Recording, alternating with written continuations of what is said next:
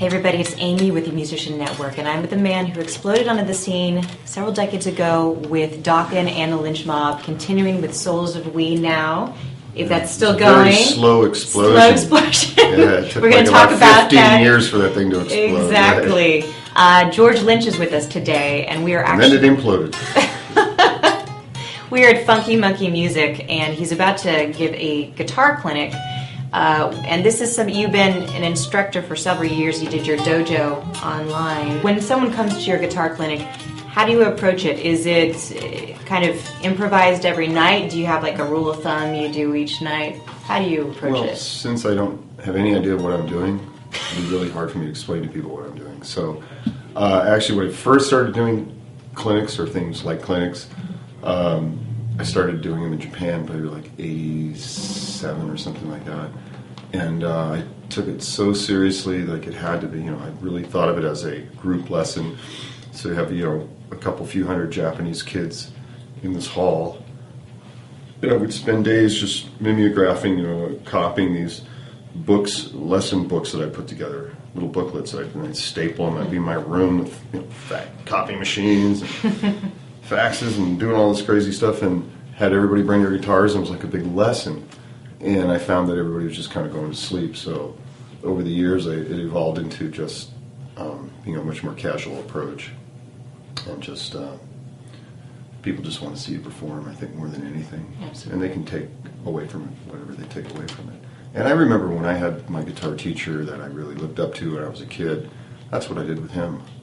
It wasn't so much the, technically how do I do that. It was, of course, some of that, but what was more important was just generally being in the room and watching him and just trying to capture the essence of where he was coming from, his feel and all that. Can you think of anybody that you would want to sit down with and either pick their brain or even actually have a guitar lesson from? Well, that's a long list. Yeah. Yeah, from every genre. There's slide players out there, there's country players, and there's shred guys, and there's Texas Sea blues guys, and boy, Doyle Bramall would be a guy that I totally admire, comes from that Texas realm, sort of the inheritor of the Albert King throne, so to speak, lefty plays upside down, Derek Trucks on slide. Oh, yeah. Love to pick that brain. Brad Paisley, as far as a country player, I know there's a lot. I'm not well versed in who everybody is, but Al Di Meola, as far as like a fusion, just disciplined, alternate picking, speed monster. Can you see yourself delving into different genres like country and things like that down the road? I can fake it a little bit if I practice. Yeah. Yeah. Fake it just enough so people think I know what the hell I'm doing. But it's all by ear, Yeah. Good days and bad days. So. It's all by ear. Yeah, I don't really know any music theory. Really? That's amazing. It is. You worked it out. I've managed to make a living doing this, faking everybody out for the last however many years. That's fantastic. Wow. So when you were first starting, was it you in your room just listening to records, and is that basically how it... A few guitar teachers, one that really stood out, Jim Spider Taylor, who was phenomenal. And then, like you said, just listening along to records. And then I had to make that transition from listening and playing in my room to going out and playing in the real world, and that was a painful transition. So that's a whole different animal. That's like going to school and then having to go out and get a job. And book knowledge doesn't really apply. Right. So absolutely. I had to learn that the hard way.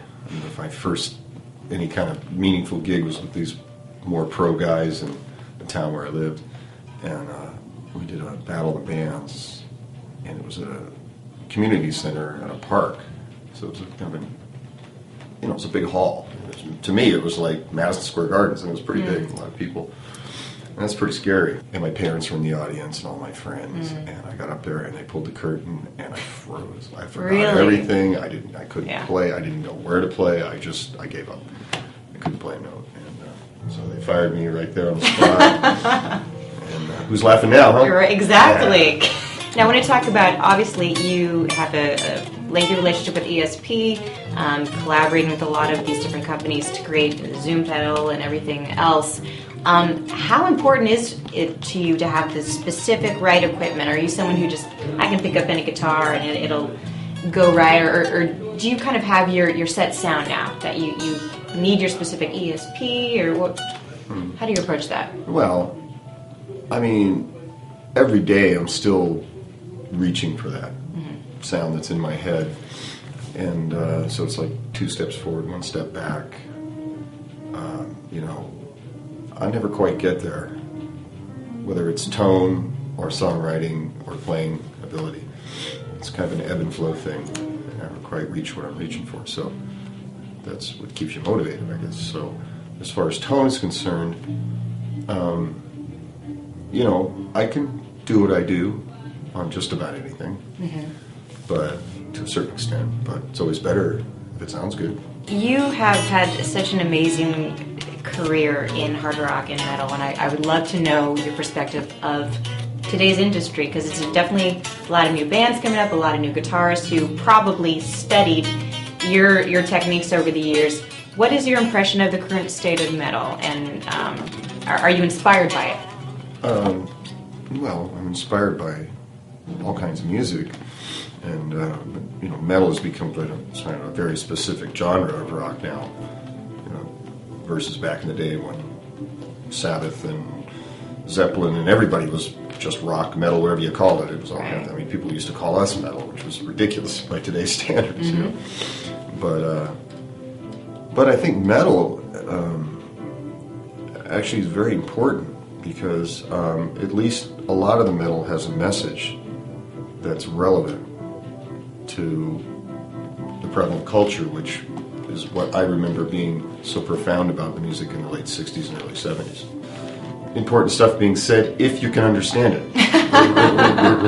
Are we going to have a new album out? I know Smoke and Mirrors came out a few years ago, but are you guys possibly going to go in the studio? We're in the studio. Lynch is in the studio, and the record is instrumentally finished, except for most of the solos are not finished, which I'll finish when I get off the road. And the vocals are, we got 2 vocals done. So at this point, and we're thinking of calling it Dust.